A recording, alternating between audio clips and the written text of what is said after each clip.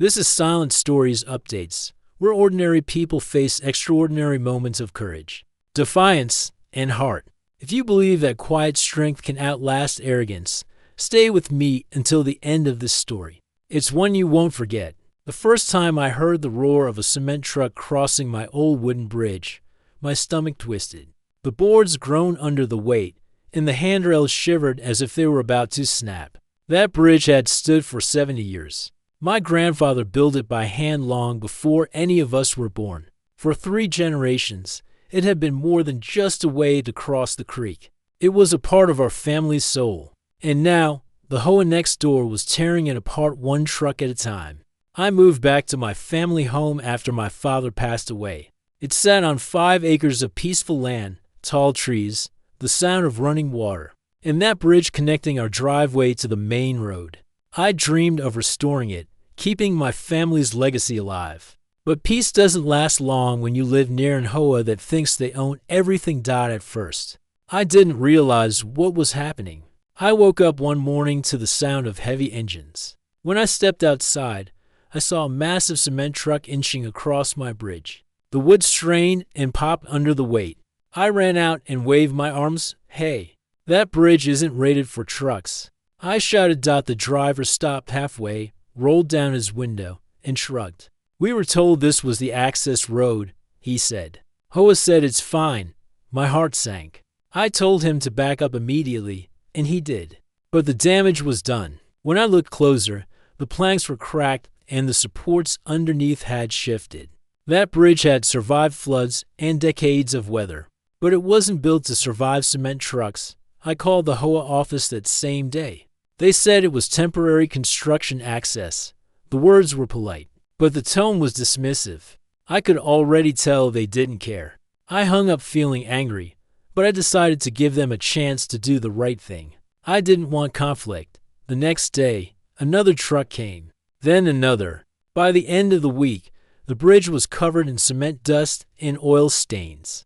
I left messages, sent emails, and even drove over to the construction site to speak with the site manager. His name was Carl, tall, smug, and the kind of man who thinks politeness is weakness. Carl. I said, you need to stop sending trucks across my bridge. It's private property, and it's not strong enough for that load. He looked at me, half smiling. Don't worry, sir. It's just temporary. Once we're done pouring, we'll be out of your hair. That bridge is mine, I told him, holding up a copy of my deed. It's not part of your property. Carl didn't even look at it. He just said, I'll take it up with the HOA board, and walked away. That was the moment I realized being nice wasn't going to work. Over the next few days, I watched as cement trucks, dump trucks, and bulldozers crossed again and again. Every time they did, I could feel the structure weakening. I felt helpless. It wasn't just a bridge they were destroying. It was my grandfather's craftsmanship, my father's memories, and my family's peace. I finally decided to get legal help. My lawyer drafted a cease and desist letter addressed to the HOA board. It clearly stated that the bridge and surrounding land were privately owned, and that further use without permission would be considered trespassing. We sent it with proof, photographs, land surveys, everything. The HOA didn't even respond. 2 days later, I woke up to the familiar grinding of engines. Another cement truck was on the bridge. That's when something in me snapped. I wasn't going to let them ignore me anymore, but I also wasn't going to do anything reckless. I wanted justice, not trouble. So I came up with a plan, one that would expose them completely. I started by installing cameras, one under the bridge, one facing the road, and another near my driveway. Then, I put up clear red signs that said private property. No trespassing at both ends of the bridge. Next, I called a structural engineer, a friend from college, to inspect the bridge professionally. He confirmed what I already knew. The structure was unsafe for heavy vehicles. He wrote up an official report declaring a maximum weight limit of 3 tons. A cement truck weighs around 20. Armed with that report, I filed it with the county and sent copies to the sheriff's office. Then, I built a line of orange barricades across the bridge, each with a printed warning, unsafe bridge. Trespassers will be prosecuted. And then I waited. The first few days were quiet. No trucks. I thought maybe they'd finally listened. But on the fourth day, I heard that deep rumble again. When I checked the camera feed, there it was, another cement truck rolling up to the barricade. The driver got out, stared at the signs, and made a phone call. After a few minutes, he moved the barrels aside and started driving across. My heart pounded. But I was ready. I called the sheriff's office and told them exactly what was happening. Within 10 minutes, 2 patrol cars pulled up. The officers stopped the truck before it could make it all the way across. They reviewed the posted signs, the safety report, and my documentation. The driver showed them his order slip from the HOA site manager. It didn't take long for the officers to piece everything together.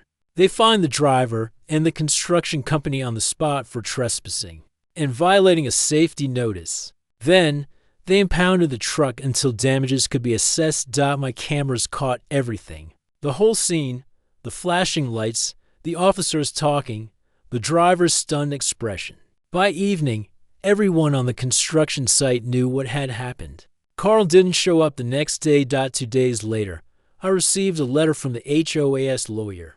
It was filled with excuses. They claimed it was all a misunderstanding and offered to cover minor damages. As a gesture of goodwill, I sent them a reply attaching the sheriff's report, the engineer's inspection, and a draft of the lawsuit we were filing.